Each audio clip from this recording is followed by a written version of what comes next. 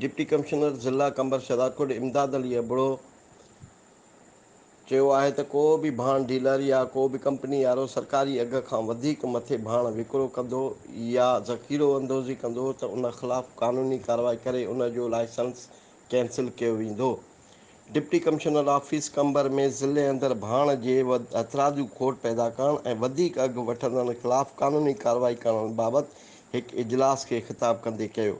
इन मौक़े ते इजलास में ज़िला काउंसिल कंबर शहदादकोट जो chairman Haji Qamardin Gopang, additional director bureau of supply, additional director ज़राअत ऐं 7 तालुक़नि जे मुख़्तियारकारनि, रेवेन्यू ऑफिसरनि, ज़राअत खाते जे ऑफिसरनि समेत फर्टिलाइज़र कंपनी के नुमाइंदनि ऐं आबादगारनि पिणु शिरकत कई।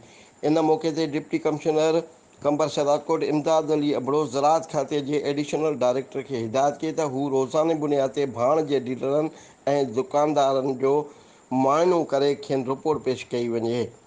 इन मौक़े ते गॾिजाणी में आबादगारनि डिप्टी कमिश्नर खे शिकायतूं कयूं त भाण जा वापारी खाउन सरकारी अघ खां वधीक अघ ते भाण विकिरो करे रहिया आहिनि। जी मोहम्मद सालेह खोसो, इब्रत टेलीविज़न न्यूज़ शहदादकोट।